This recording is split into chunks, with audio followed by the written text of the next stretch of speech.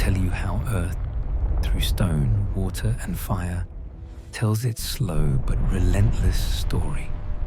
From the birth of oceans and the drift of continents to the rise of mountains and the memory of crystals. Please support me with a subscription and write in the comments what topic you'd like to hear next. These are stories that need no hurry. They don't begin and they don't end. They simply exist in the silence inside time. Today, we'll touch the history of our planet. Earth doesn't speak in words. Its language is stone, water, and depths. It changes slowly but ceaselessly. Everything we stand on seems solid and permanent, but that's just an illusion. Our planet is a living world that breathes and moves. Its memory is hidden in layers of rock, in crystals, in underground heat, and in the cold of glaciers. If you listen carefully, it will tell you everything. Earth is older than life. It emerged from dust and stone that orbited the young sun. The planet formed through impacts and fire, through mergers and destructions. Only later came the oceans, the atmosphere, the first microbes. We think of nature as the cradle of life, but really, it's life's creator and its tester. The planet existed for billions of years without a single living being. It could exist without us still. The first million years, Earth was hell. It was a soft body, scorched from within, without skin, without crust. The entire surface was an ocean of magma, liquid stone glowing red and yellow in the eternal darkness of space. There was no day and night in the human sense, only the continuous glow of heat radiating into the void. The planet breathed fire like an infant breathes its first air. Other planets were forming nearby. Some collided with each other and shattered into pieces. Those pieces still circled the sun as asteroids. Earth could have shattered too, but it was lucky. It withstood the impacts and remained whole. Though once, something enormous, a planet the size of Mars, crashed into its side. The impact was so powerful that part of Earth tore away and flew into space. That part became the Moon. The Moon was born from catastrophe. It formed from debris orbiting Earth after the impact. At first, it was much closer than now. It raised enormous tides of magma on the young planet. Over time, it's been drifting away. Each year, the Moon moves a few centimeters farther from Earth. Once it was so close, it filled half the sky. Now it seems small, but it still holds Earth by gravity's invisible thread. Beneath our feet lies hidden depth. What seems solid is actually floating. Continents are just light islands of stone drifting on the scorching mantle. Below them lies a layer of viscous substance, constantly moving like a slow ocean of hot stone. We don't feel this motion because planetary time is measured not in seconds, but in millions of years. But Earth is always moving. The mantle is the heart of the planet's motion. It stretches thousands of kilometers deep. There's no pure fire in it, but there's heat exceeding any furnace. Stone there exists on the border between solid and liquid. It crawls, rotates, flows up and down in cycles lasting millions of years. Hot currents rise from the core to the surface, cooler ones sink downward. This convection is the invisible engine that pushes continents, tears the crust, creates mountains and oceans. Earth's core is the most mysterious place. It consists of iron and nickel. The outer core is liquid. It rotates faster than the planet itself. This rotation creates the magnetic field, an invisible shield without which life on the surface would burn under solar radiation. The inner core is solid, compressed by the pressure of the entire planet. It's as hot as the sun's surface, but silence reigns there. No sound, no light, only an iron heart slowly crystallizing in darkness. The planet's crust is thin thinner than an eggshell. We build cities on it, roads, bridges, and imagine it unbreakable. But it cracks, bends, gets washed away by wind and sea, swallowed from within by volcanoes. Sometimes just a few seconds are enough for the Earth to remind us it's not a stage, but a force. The crust isn't uniform. Continental crust is thicker and lighter. It consists mainly of granite. Oceanic crust is thinner and heavier. It consists of basalt. Oceanic crust is younger. Most of it is less than 200 million years old. Continental crust can be as old as the planet itself. Some sections in Canada, Australia, and Africa are older than 4 billion years. They remember the first seas, the first rain, the first stars above the new Earth. Mountains are born in pain. When tectonic plates collide, stone crumples like soft fabric. It shifts, cracks, rises upward. Mountains are Earth's scars, traces of ancient collisions. But even they aren't eternal. Wind and rain slowly grind them to dust, returning stone to where it once began its journey. The Himalayas, Earth's highest mountains, are still growing. The Indian tectonic plate advances on the Eurasian. The collision has continued for millions of years. Each year the mountains rise a few millimeters. But they're also being destroyed. Glaciers grind their peaks. Rivers cut gorges. Rocks tumble from slopes. Mountains are born and die simultaneously. They exist in eternal balance between creation and destruction. The Andes stretch along South America's coast. They arose where the oceanic plate dives beneath the continental one. The ocean floor descends into the mantle, melts, and magma rises back to the surface as volcanoes. Some Andean volcanoes reach 6,000 meters in height. Eternal winter reigns on their peaks. Below lie tropical forests. Between them exist all worlds, all climate zones, all forms of life that stone can hold. The Alps are much older than the Himalayas. They formed from the collision of the African and European plates. Once, a sea called Tethys lay in their place. It disappeared, squeezed between continents. The rocks of the Alps are former seabed, raised to a height of 3 kilometers.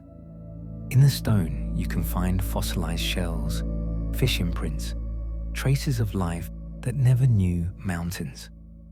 The oceans didn't appear immediately. Once Earth was a scorching sphere without a drop of water. The first oceans may have come from steam that burst from the planet's depths, or from ice brought by comets. We don't know exactly, but water is memory. In each of its molecules is a piece of the past, older than the sun. The first rain fell on scorching stone. Drop by drop, water descended from the sky and instantly turned to steam. The planet was too hot to hold water. It evaporated again and again, rising into the sky in thick clouds. This continued for thousands, perhaps millions of years. Gradually, the planet cooled, and one day, the water didn't evaporate. It remained on the surface. Puddles formed, then lakes, then seas, then oceans. The first ocean wasn't like modern ones. The water was boiling, saturated with iron and other metals. It was acidic, almost like vinegar. The sky above it was red or orange. The atmosphere was filled with carbon dioxide and sulfur. There was no oxygen, no life. But somewhere in the depths of this ocean, in warm waters near underwater volcanoes, the first molecules capable of copying themselves were born. This was the beginning. The oceans absorbed most of the carbon dioxide from the atmosphere. Water dissolved it, converted it to carbonic acid, which then reacted with rock and settled on the bottom. Thus, the planet cleared its sky of dense gases and allowed temperature to drop. Without oceans, Earth could have become like Venus, a scorching planet under a thick blanket of clouds where rain never reaches the ground. The Pacific Ocean is the largest. It covers almost half of Earth's surface. Its depth reaches 11 kilometers. On the bottom are mountains taller than Everest. There are valleys deeper than any canyon on land. There are hot springs where water shoots out at the speed of a jet plane. There are plains covered in silt where nothing happens except silence. The Atlantic Ocean is expanding. In the middle of its floor is a mountain range, the Mid-Atlantic Ridge. It stretches from north to south, almost across the entire ocean. This is the place where new crust is born. Magma rises from the mantle, solidifies, and forms new stone. This stone pushes away the old, and the ocean expands by a few centimeters each year. Europe and North America are drifting apart. Once they were close together. Someday, they'll be even farther. Earth's magnetic field is its protection. Deep in the planet, liquid iron rotates, creating the magnetic field. It's invisible, but without it, life on the surface would vanish. It deflects the solar wind, cosmic radiation, and gives us the ability to breathe under peaceful skies. The auroras are just soft outlines of this invisible shield. The magnetic field isn't constant. It changes. Sometimes it weakens. Sometimes it strengthens. Sometimes the poles swap places. North becomes south. South becomes north. This happens irregularly, but on average once every few 100,000 years. The last reversal was 780,000 years ago. The next could happen any time. During a reversal, the magnetic field weakens and Earth becomes more vulnerable to cosmic radiation. But life doesn't disappear. It adapts. Stone moves. Even what seems motionless never stops. Rocks descend underground, melt, are born again as magma, cool, become sediment, harden, rise up. This cycle is endless. The geological cycle is the planet's breathing that continues for billions of years. Igneous rocks are born from fire. They arise when magma rises from the depths and solidifies. If magma solidifies on the surface, volcanic rocks form basalt, andesite, rhyolite. If it solidifies underground, plutonic rocks form granite, diorite, gabbro. Granite forms slowly over thousands of years. Its crystals arrange themselves large. Basalt solidifies quickly in a few days. Its crystals are small, sometimes invisible. Sedimentary rocks are born from destruction. Wind and water break old stone into pieces. Particles are carried by rivers, settle on the bottoms of seas and lakes, compress under the weight of new layers. From sand forms sandstone. From clay, shale. From shells and corals, limestone. Sedimentary rocks are the planet's archive. Changes in climate, sea level, life forms are recorded in them. Metamorphic rocks are born from change. When old stone descends deep underground or enters a zone of high pressure, it changes its structure. Limestone transforms into marble, sandstone into quartzite, clay into slate, then phyllite, then mica.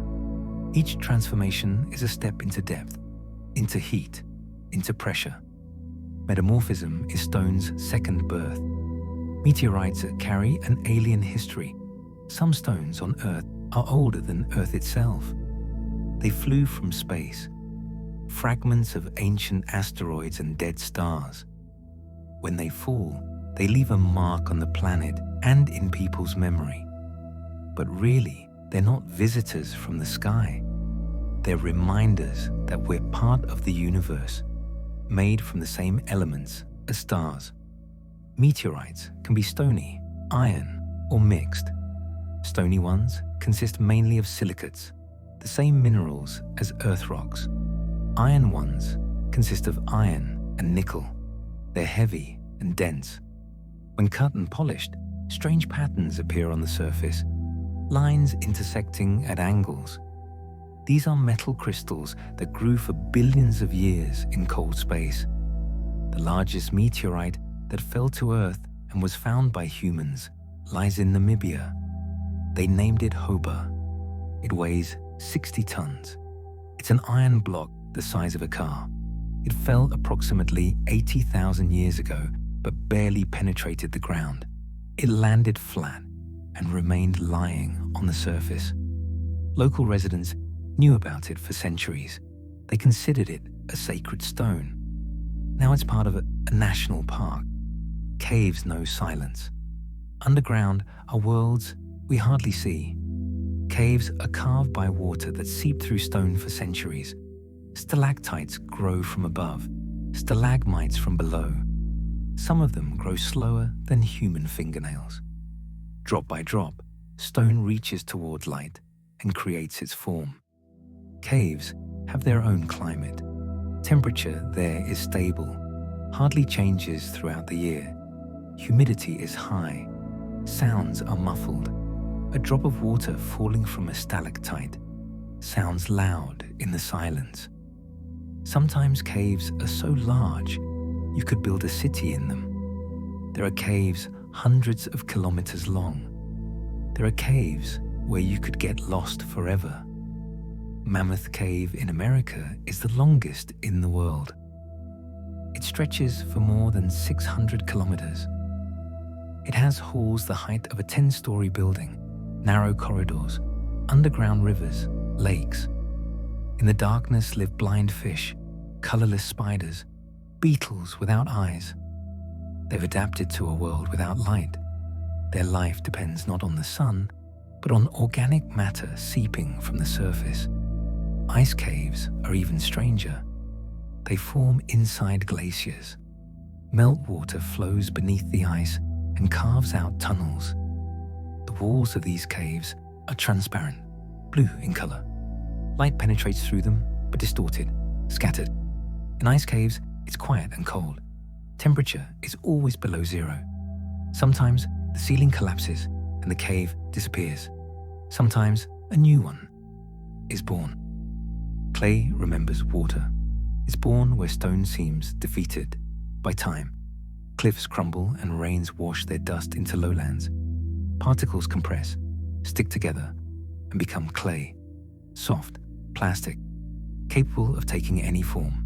From clay grow riverbanks, valleys, and fertile soil on which life depends. Even soft things come from a hard source. Clay consists of microscopic flakes of minerals. Between them is water. When clay is moist, it's soft and pliable. When it dries, it hardens. When heated in a kiln, it transforms into ceramics, losing the ability to dissolve. Humanity learned to use clay thousands of years ago. From it, they molded dishes, built houses, made tablets for writing. Some of those tablets have survived to this day. They outlived kingdoms, empires, civilizations. Clay can flow. In mountains where soil is saturated with water, it crawls down slopes. This is slow flow, almost imperceptible. In a night, it shifts a few centimeters. In a year, meters. This process is called slope creep. It changes the landscape gradually, without drama, without catastrophe. The earth simply flows like liquid that forgot it was solid. Deserts aren't dead, they're just silent. Once in these places, rivers may have roared, lakes flowed, forests grew. But time changed everything. Wind transformed stone into sand and covered everything around with it. The desert isn't emptiness. It's memory of former worlds, erased by time, but not forgotten. The Sahara wasn't always a desert. 6,000 years ago, grasses grew there, rivers flowed, elephants, giraffes, hippos lived. On the rocks remained drawings. People hunted, danced, led cattle to pasture. Then the climate changed. The rain stopped, vegetation withered, animals went south. People followed them. Only sand remained, and memory of the green Sahara, hidden in stone. There are cold deserts, the Gobi, Taklamakan, Patagonia. It's not hot there, it's cold. Sometimes in winter, temperature drops below zero. But rain is just as scarce. Cold deserts form where moist winds don't reach. Mountains hold back clouds, and beyond them remains dryness. Wind there carries no water, only dust. Sands move like water. They slowly roll over, change form under the breath of wind. Dunes wander, covering roads, ruins, even entire villages. Sand has no roots. It's not tied to place. It has only journey. Dunes have forms. There are crescent dunes, star dunes, ridge dunes. Each form depends on wind direction and amount of sand. Crescents form when wind blows from one side. Stars form when wind changes direction. Ridges form when there's much sand stretching for kilometers. Dunes can be 100 meters high. To climb to the top takes an hour, but wind can change this peak in one night. Sand sings. In some places, when it slides down a dune slope, a sound is heard, a low hum resembling an organ or distant bell. This happens when sand grains are the same size, dry and round. They move synchronously, and friction between them creates vibration. This sound can be heard a kilometer away. Some peoples believed these were voices of desert spirits. Obelisks of time stand in the earth. These are trees that became stone. Petrified wood looks like a log, but it's cold and heavy. Tree cells were replaced by minerals, and the tissue of life transformed into rock. Once this tree reached towards the sun, now it reaches toward eternity. The petrification process requires special conditions. The tree must be quickly buried by sand, silt, volcanic ash. Oxygen mustn't reach it, otherwise it will rot. Then groundwater saturated with minerals seeps through the wood. Minerals replace organic molecules, preserving the form of cells. Even growth rings, even bark texture remain visible. But the material is already different. This is stone that remembers life. In Arizona, there's a forest of petrified trees. Trunks tens of meters long lie there. Some are split into even segments, as if cut by a giant.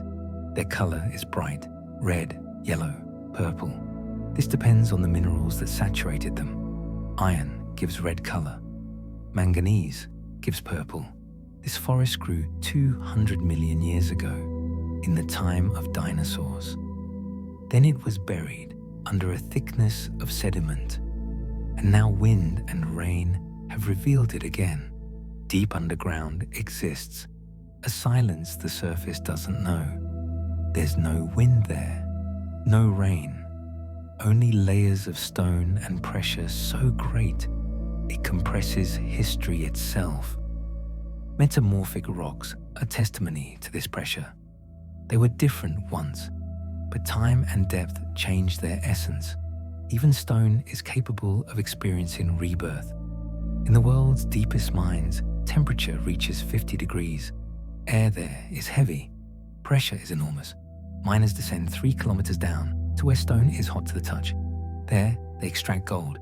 But even at such depths, they find life. Bacteria living in rock cracks, feeding on chemical substances and needing no light. Life penetrates everywhere where there's at least a crumb of energy. There's stone that breaks like glass.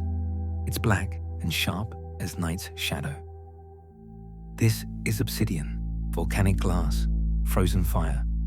Its edges can be sharper than metal. Obsidian is proof that nature can combine fragility and strength in one form. Obsidian forms when lava solidifies so quickly that crystals don't have time to grow. Instead of structure, an amorphous mass emerges, glass. This is rare in geology. Usually stone is crystalline, but obsidian is an exception. It's smooth, shiny, almost transparent on thin edges. Ancient people used it to make knives, arrowheads, mirrors.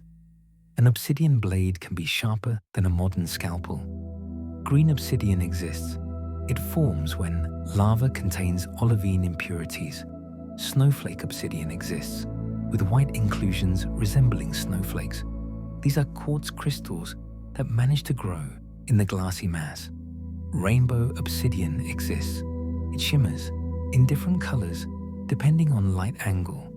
This happens when microscopic bubbles in the glass refract rays. Salt lives in stone. Once the sea covered these lands, then water disappeared. Only salt remained, crystallized deep under soil. It can rise from below like a quiet wave, pushing through rock layers and forming domes. Where there's salt, there's memory of a sea that will never return. Salt is lighter than most rocks, so it crawls upward through stone layers, forming underground domes. Sometimes these domes break through to the surface, and then salt mountains, salt deserts, salt lakes arise. The surface of such places is white like snow. But this isn't cold. It's a mineral that was once part of the ocean. Salt caves exist inside these domes. Their walls are shiny, transparent. Air there is dry and clean. Some people come to such caves to breathe. They believe salt cleanses lungs. Others come to see amazing forms, salt stalactites, crystals growing from ceiling and floor. Salt here isn't dead. It changes, grows, reacts to moisture. There are lakes that breathe gas. They look calm, but that's only the surface. In the depths can hide carbon dioxide dissolved in water. If it bursts outward, it absorbs air and takes life all around. Even the calmest places can hide the most dangerous secrets. Lake Nyos in Cameroon seemed ordinary. It lay in a volcano crater, surrounded by green hills. But underwater, in the depths, carbon dioxide was accumulating, seeping from the magma chamber. In 1986, something disturbed the balance. Maybe a landslide, maybe rain. Gas burst outward, an enormous cloud heavier than air. It flowed down the slopes, covered villages. People and animals suffocated in their sleep. Almost 2,000 people died. The lake remained calm. Only the water changed color, turned red from oxidized iron. Now pipes are installed at the lake bottom. They release gas to the surface in a controlled way in small portions. Water fountains upward, releasing pressure. Oh, this prevents a new catastrophe. But the lake still remains dangerous. It reminds us that Earth isn't always gentle to those living on its surface. Coral reefs are living stone. They grow slowly, but are capable of creating worlds. Each reef is a city of speechless architects, millions of tiny beings building from calcium carbonate. They know nothing of beauty but create it, layer by layer, leaving limestone ridges of life in the sea. Coral polyps are small animals the size of a grain of rice. Each lives in a limestone cup it builds for itself. They feed on plankton caught with tentacles, but most energy they receive from symbiotic algae living in their tissues.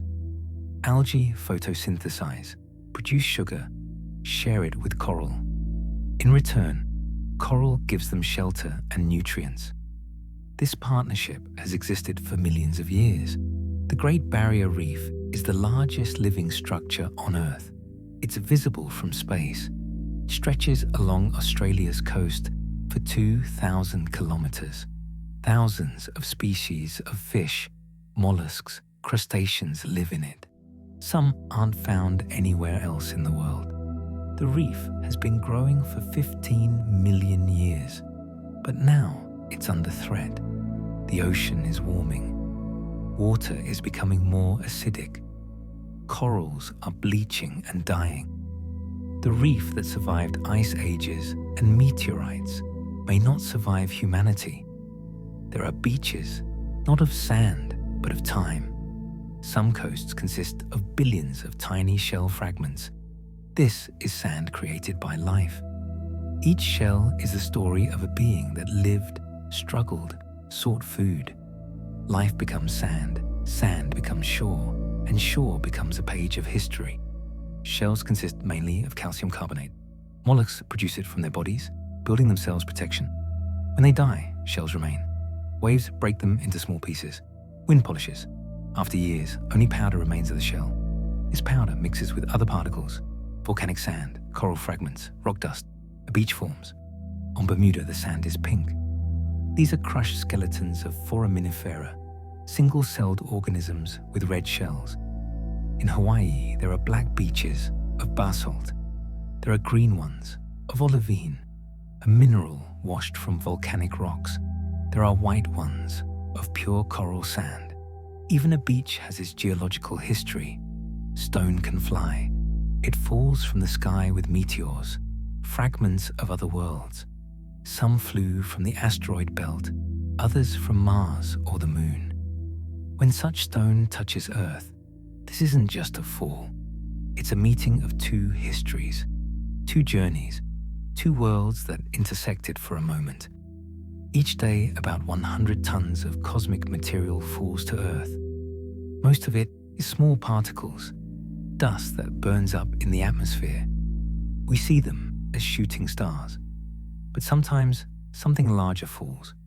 A meteorite the size of a fist, a car, a building. The larger the object, the rarer it falls. But when it falls, it leaves a mark. 65 million years ago, an asteroid 10 kilometers in diameter fell into the sea near the coast of modern Mexico. The impact was so powerful, it formed a crater 180 kilometers wide. The tsunami wave reached a height of 1 kilometer. Dust and ash rose into the stratosphere and circled the planet. Sunlight didn't penetrate the clouds for months. Plants stopped growing. Herbivorous animals died of hunger. Predators died after them. Dinosaurs disappeared. Marine reptiles disappeared. 75% of all species disappeared. But life didn't disappear. Small mammals survived the catastrophe. Birds survived. Insects survived. And over time, the world was reborn, but already different. Rivers cut the earth like knives. They're in no hurry, but their work is relentless. Drop by drop, they slice through stone, carving canyons, forming valleys. A river seems gentle, but it's capable of grinding mountains to plains. Its strength isn't in the blow. Its strength is in constancy. The Grand Canyon is one of the world's most famous valleys. The Colorado River cut stone for 6 million years. It carved through a thickness of rock 1.5 kilometers deep. In the canyon walls, you can see layers. Each layer is an epoch. The lowest layers are as old as 2 billion years. The highest are only a few million. Descending into the canyon, you travel back in time. The river doesn't cut uniformly. Where stone is hard, it cuts slowly. Where soft, quickly. So the canyon has ledges, terraces, caves. In some places, walls are vertical. In others, sloped. The river meanders, forming curves. Sometimes it breaks through a new path, leaving the old channel dry and abandoned. Rivers carry sediment, sand, silt, pebbles, everything torn from banks and bottom. This sediment travels with water, sometimes hundreds of kilometers. When the river loses speed, sediment settles. Thus river valleys, floodplains, deltas form. The Nile Delta, the Amazon Delta, the Ganges Delta. These are millions of tons of sediment brought from distant mountains. Crystals grow in darkness. Sun doesn't touch them, but they still create form. They grow slowly, molecule by molecule, forming correct faces. They're nature's geometry, order in the chaos of Earth's depths. Where there are no eyes, there's still beauty. Quartz is the most common crystal on Earth. It consists of silicon and oxygen, the two most common elements in Earth's crust. Quartz can be transparent, white, pink, purple, black. It forms when silica crystallizes, from solutions or magma. Quartz crystals have 6 faces and sharp vertices. Some are tiny as sand grains, others huge as a person. In Mexico, there's a cave filled with giant selenite crystals, a variety of gypsum. Crystals there reach 11 meters in length and weigh tens of tons. They grew for 500,000 years in hot water saturated with minerals. Temperature in the cave reaches 50 degrees, humidity 100%. A person can stay there only a few minutes without special equipment. But the beauty of this place is worth the risk. Crystals are transparent, shiny, resembling frozen rays of light. Diamond is the hardest mineral on Earth. It consists of pure carbon compressed under enormous pressure at a depth of more than 100 kilometers. Diamonds are born in the mantle, and volcanoes bring them to the surface. Fast, explosive eruptions that pierce the crust in a few hours. If diamonds rose slowly, they'd transform into graphite, a soft form of carbon. Ice can tear stone apart. When water flows into cracks and freezes, it expands and stone splits. Repeat this thousands of years, and solid rock becomes scree, stone crumbs. Simple things repeated can change the world. Even an ice drop is stronger than a mountain if it has time. This is called frost weathering. It's most active in places where temperature fluctuates around zero. Warm by day, cold by night. Water seeps into cracks, freezes, expands by 9%. The crack becomes wider. Next day, again. After years, stone splits. Fragments fall, forming scree at mountain bases. Glaciers are slow rivers of ice. They move under their own weight, sliding from mountains or spreading over plains. Their movement speed is a few meters per year, but their strength is enormous. Glaciers carry stones, polish cliffs, carve valleys. After them remain U-shaped valleys, moraine hills, glacial lakes. During the last ice age, which ended 10,000 years ago, glaciers covered a third of land. North America, Europe, part of Asia were under a thickness of ice several kilometers deep. Sea level was 120 meters lower than now. Britain connected to the continent. The Bering Strait was dry land. People and animals crossed between Asia and America on foot. Deserts can sing. Some dunes, when loose sand moves down the slope, create a low hum, resembling the sound of a distant organ. This happens rarely, when thousands of sand grains move synchronously. Sand has no voice, but sometimes it speaks. This phenomenon is called booming dunes. It happens only in very specific conditions. Sand must be dry, round, the same size. The dune must be sufficiently high and steep. When the upper layer of sand slides down, vibration is created. Its frequency depends on the dune's size. Large dunes emit low sounds, small ones high. Sound can last several minutes and be heard kilometers away. There are islands that didn't exist yesterday. A volcano can raise new land from the bottom, create a piece of land where sea once lay. At first, it's a scorched black surface, empty and hot. But then arrive the first birds, seeds, life. New lands appear just as stories appear, from silence. In 1963, near Iceland's coast, an underwater eruption began. The sea boiled. Columns of steam rose a kilometer high. Within a week, an island rose from the waves. They named it Surtsey, after the fire giant from Scandinavian mythology. The eruption lasted 3 years. The island grew to 170 meters above sea level. When the eruption stopped, Surtsey became an open-air laboratory. Scientists observed how life colonizes empty land. First came birds. They left seeds in droppings. First plants sprouted, grasses, mosses. Then water brought other seeds. Insects, spiders appeared. Birds began nesting. After 50 years, Shrubs were growing on the island. Seabirds lived there. Seals rested on shores. Land, born from fire, became home for life. Stone needs time, but it needs no haste. Sedimentary rocks are born in water.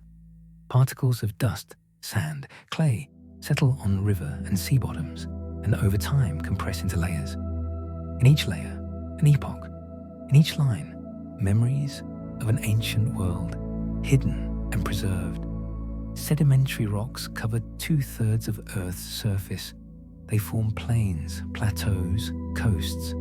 Fossils are hidden in them, the only window into the planet's past life.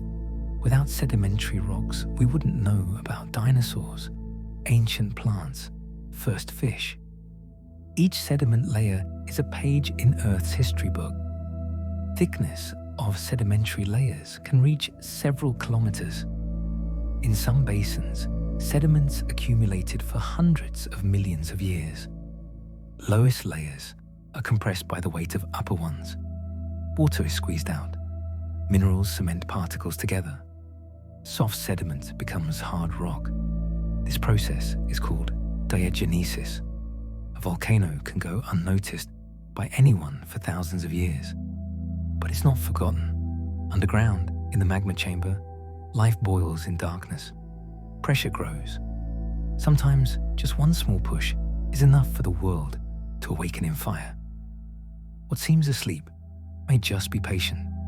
Vesuvius was such a volcano. Romans didn't know it was a volcano. It hadn't erupted for 7 centuries. Its slopes were covered with vineyards, cities, villages. But in the year 79, it awakened. The eruption began suddenly. An ash column rose 30 kilometers. Pyroclastic flows, clouds of hot gas and ash, flowed down the slopes at hurricane speed.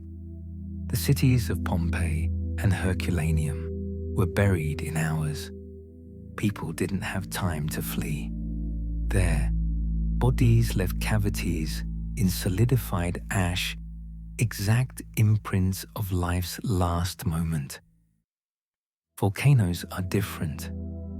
There are shield volcanoes, wide, gentle, with flowing lava. Mauna Loa in Hawaii is one of them. Its height from base on the ocean floor to summit exceeds Everest, but climbing it is easy. Slopes are gentle as a roof. There are stratovolcanoes, tall, cone-shaped, with steep slopes. They erupt explosively, ejecting ash and rocks. Fuji, Etna, Kilimanjaro, all are stratovolcanoes. There are underwater volcanoes. There are far more of them than on land. Along mid-ocean ridges are located thousands of underwater volcanoes. They erupt constantly, but we don't see them. Lava solidifies in water, forming pillow-like shapes. Sometimes eruption is so powerful, the volcano grows above sea surface and becomes an island. Yellowstone isn't an ordinary volcano, it's a supervolcano. Below it lies an enormous magma chamber, 70 kilometers long, 30 wide, 10 deep. The last eruption was 640,000 years ago. It ejected 1,000 cubic kilometers of ash into the atmosphere. For comparison, Vesuvius erupted 4 cubic kilometers. Ash covered half of North America. Climate on the planet changed for years. Stone can smell. After rain from dry stone rises a scent we sometimes call the smell of earth. This is petrichor, an aroma formed when rain releases molecules of organic compounds accumulated on the surface. Even stone is capable of reminding us that the world has memory of scents. The smell of stone after rain isn't accidental. During dry periods, plants release oils that are absorbed into pores of stone and soil. Bacteria in soil produce geosmin, an organic compound with characteristic earthy aroma. When rain falls on dry surface, it releases these substances. A water drop hits stone, knocks air from pores along with scent. This scent is carried by wind. We feel it at a distance. Some stones smell of sulfur. This happens near hot springs, geysers, volcanoes. Sulfur comes from Earth's depths along with hot water and gases. It settles on stone, forming yellow crystals. The smell is sharp, unpleasant, like rotten eggs. But it reminds us that underground, there's chemical activity, that the planet is alive from within. There are caves where crystals grow the height of a building. Deep underground, in places where water is supersaturated with minerals, giant crystalline columns can grow. In darkness, they shine like frozen rays of light. This is stone that chose the path of growth, not destruction. Nika Cave in Mexico is one such place. It was discovered accidentally by miners searching for silver. When they broke through the wall, before them opened a hall filled with giant transparent crystals, some of them a meter thick and 10 meters long. They intersected, forming bridges, columns, arches. It looked like a cathedral built not by humans, but by the planet itself. The crystals grew for 500,000 years. Conditions were ideal. Temperature around 50 degrees. Water saturated with calcium sulfate. Crystals grew slowly, molecule by molecule, forming perfect transparent structures. When miners pumped water from the cave, crystals stopped growing. Now they're slowly deteriorating in air. Time can change stone's very nature. Metamorphism is Earth's quiet alchemy. Under pressure and heat, some rocks transform into others. Limestone becomes marble. Clay transforms into slate. Granite into gneiss. There's no form that couldn't become another. Even what seems unchanging will one day change. Metamorphism occurs at a depth of several kilometers underground. High pressure and temperature reign there. Rocks don't melt, they remain solid. But their structure changes. Minerals recrystallize, form new compounds. Grains arrange in parallel rows, creating layered texture. This is called foliation. Different degrees of metamorphism exist.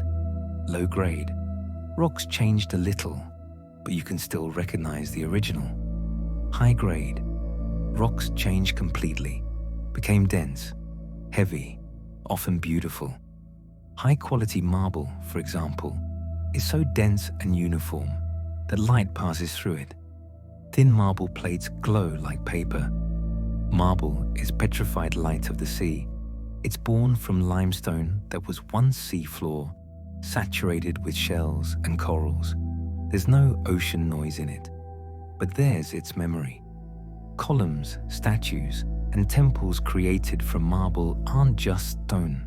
They're echoes of ancient seas that hold the past within.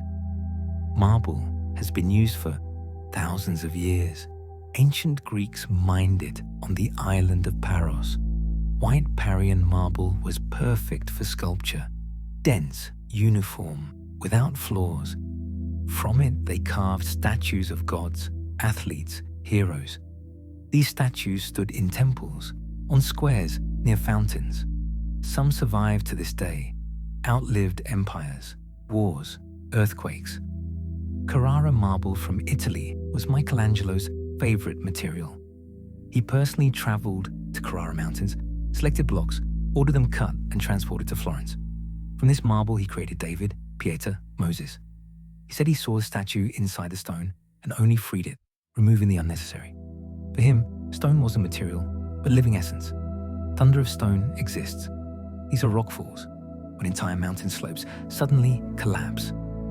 One frosty day or a weak earth tremor is enough, and thousands of tons of rock tear downward. Mountains don't scream, but their movement sometimes sounds louder than thunder.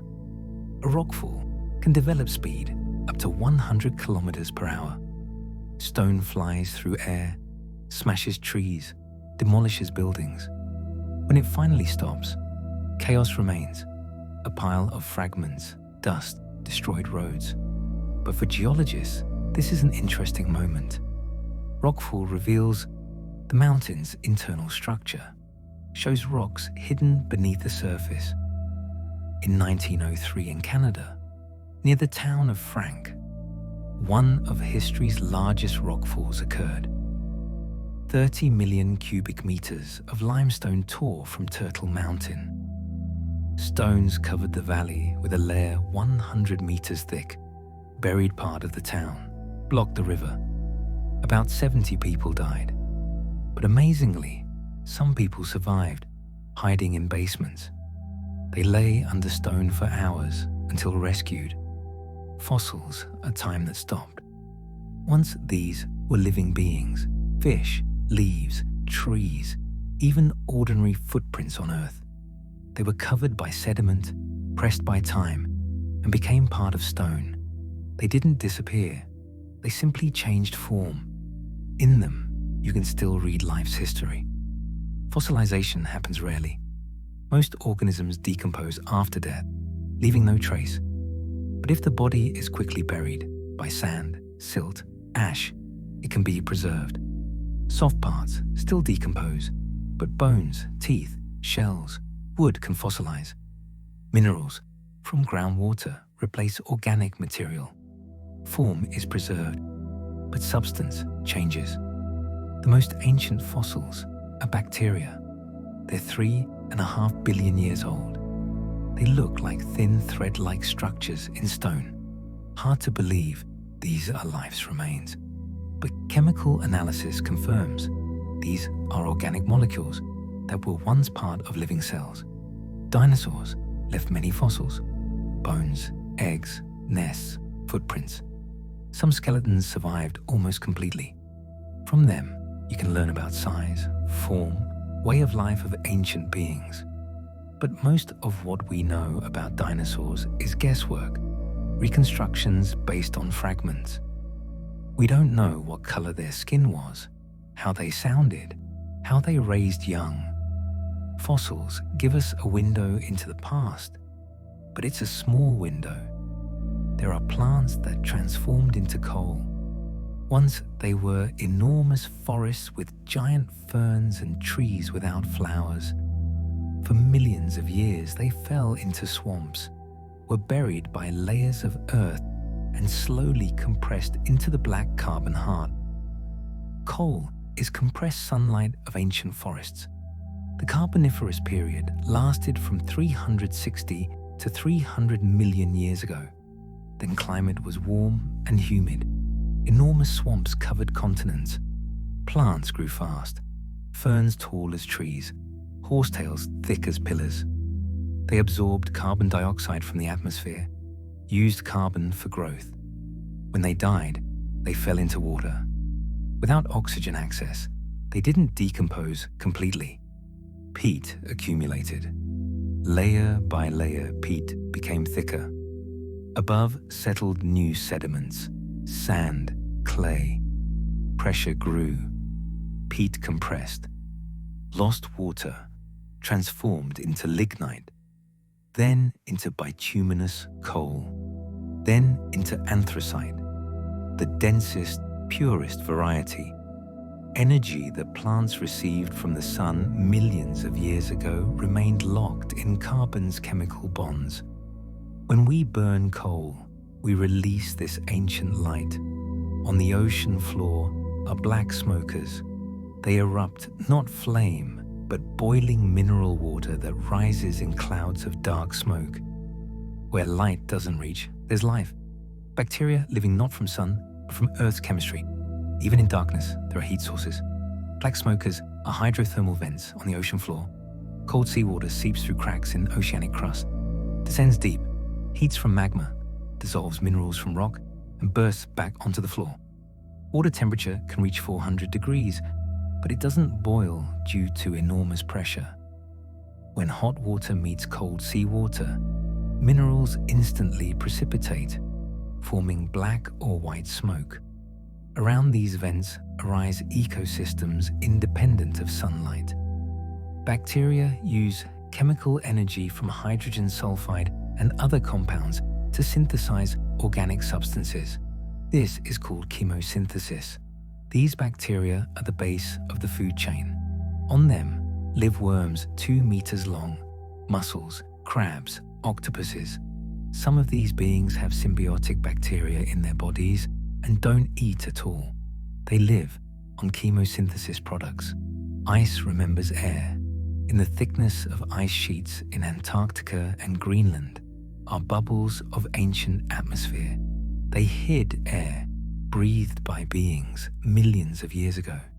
In each ice vein is the planet's past, a clump of time you can hold in your hands. Ice forms from snow. Each winter adds a new layer. Snow compresses under weight of following layers, transforms into firn, then into ice. In ice remain tiny air bubbles, samples of the atmosphere from the time when snow fell. Scientists drill ice cores, cylinders of ice several kilometers deep. Analyzing bubbles in different layers, they reconstruct climate history. The deepest ice core was obtained in Antarctica at Vostok Station. Its length is 3.5 kilometers. It covers 800,000 years of history. In it are visible all ice ages, all warmings, changes in carbon dioxide concentration, methane, dust. This is a priceless archive preserved in the planet's coldest place. There are places where Earth splits apart. There, rift valleys are born. Tectonic crust plates move away from each other, and between them appear cracks. Thus new oceans begin. Sometimes destruction is just the beginning of new creation. The East African Rift is one of the largest rift systems on land. It stretches 3,000 kilometers from Ethiopia to Mozambique. Earth there is splitting. Africa is slowly breaking into 2 parts. The process began 20 million years ago and continues still. Speed is a few millimeters per year. In tens of millions of years, the rift may widen so much that sea will flood the valley and a new ocean will form. In the Rift Valley are lakes: Tanganyika, Malawi, Turkana. They're very deep because they lie in crustal depressions. Around are volcanoes, hot springs, earthquakes. This is one of Earth's most geologically active places, and one of the most important for humanity. Right here, in the Rift Valley, were found the most ancient fossils of human ancestors. The magnetic field leaves traces in stone. When lava solidifies, iron particles in it orient according to Earth's magnetic pole. Thus in rocks is preserved a record of where the North Pole was millions of years ago. Stone has its own memory of direction. This discovery changed geology. Scientists began studying magnetic properties of rocks on the ocean floor. They discovered stripes, areas with normal and reversed magnetization alternating. These stripes are symmetrical relative to mid-ocean ridges. This was proof that the ocean floor expands, that new crust is born in the center and diverges to the sides. This confirmed the theory of plate tectonics. There are places where sea disappears before your eyes. Limestone plateaus are subjected to water's action, and rivers sometimes go underground, forming karst caves and underground rivers. Water can disappear on one side of Earth and appear on another. It always finds a way. Karst forms where there are soluble rocks: limestone, dolomite, gypsum. Rainwater, slightly acidic from dissolved carbon dioxide, seeps into cracks, dissolves stone. Cracks widen, become channels, then caves. A river flowing on the surface can suddenly disappear into a pit, a sinkhole. It flows underground, sometimes for kilometers, then exits back to surface through a spring. In karst regions, landscape is strange. Surface is covered with funnels, sinkholes, caves, no lakes. Water goes underground, no rivers, only dry valleys. But underground is an entire network of water arteries, lakes, waterfalls. The underground world is parallel to the surface one. Earthquakes are the language of tension. They don't come unexpectedly. They mature in silence. Plates move but sometimes locked together like gear teeth. Tension grows until one moment Earth shudders. We hear only the moment of release, but don't see years of accumulated force. Seismic waves spread from the earthquake's focus. There are different wave types. P waves are fastest. They compress and stretch rock. S waves are slower. They oscillate rock perpendicular to motion direction. Surface waves are slowest, but most destructive. They move along surface, oscillate Earth up, down, and side to side. Earthquake magnitude is measured by the Richter scale, or moment magnitude. Each unit means 10-fold increase in oscillation amplitude and approximately 30-fold increase in energy. Earthquake magnitude 5 is noticeable, but rarely destructive. 6 can destroy poorly built buildings. 7, serious destruction. 8, catastrophe. 9 happens once per decade, destroys regions. The strongest earthquake in measurement history occurred in Chile in 1960, magnitude 9.5. It lasted 10 minutes. Shockwave circled the planet. Tsunami reached Japan, Philippines, New Zealand. Several thousand people died. Ocean coasts rose or fell by meters. Earth changed shape. Geysers are breath of hot water from depth. They flash rhythmically like living beings. Water seeps down, heats from magma, then bursts to surface in a column of steam and boiling. This reminds us that underground, it's fire that doesn't extinguish. A geyser works like a percolator. Water fills underground channels, heats at depth, but it can't boil freely. Above, it is pressure of water column. Temperature rises above 100 degrees. At some moment, it reaches critical point. Part of water turns to steam. Steam expands, pushes water above it. Pressure drops. All water in channel instantly boils. An explosion occurs. Column of water and steam shoots into sky. Old Faithful Geyser in Yellowstone erupts every 60 to 90 minutes. It's been doing this for many decades. Ejection height is 30 to 50 meters. Tourists come to watch, photograph. For them, it's a spectacle. For Earth, ordinary breathing. There are lakes that appear and disappear. Some linger on Earth only a few decades, then vanish when river courses change or soil subsides. They leave behind only a trace in local memory and a thin strip of sediment. Even waters have their age. The Aral Sea was the world's 4th largest lake. It lay between Kazakhstan and Uzbekistan, fed millions of people with fish. But in the 1960s, 2 rivers feeding the sea were diverted for irrigating cotton fields. Water stopped coming. The sea began drying up. In 50 years, it lost 90% of volume. Fish died out. Fishing boats remained lying on dry bottom, hundreds of kilometers from water. On the bottom, exposed salt poisoned with pesticides. Wind carries this salt across the region, poisoning land and people. This isn't a natural catastrophe. It's human. But it shows how fragile even large water bodies can be. A lake that existed thousands of years disappeared in one generation. Stone can grow together. Monolithic arches in deserts and mountains aren't buildings, but natural forms.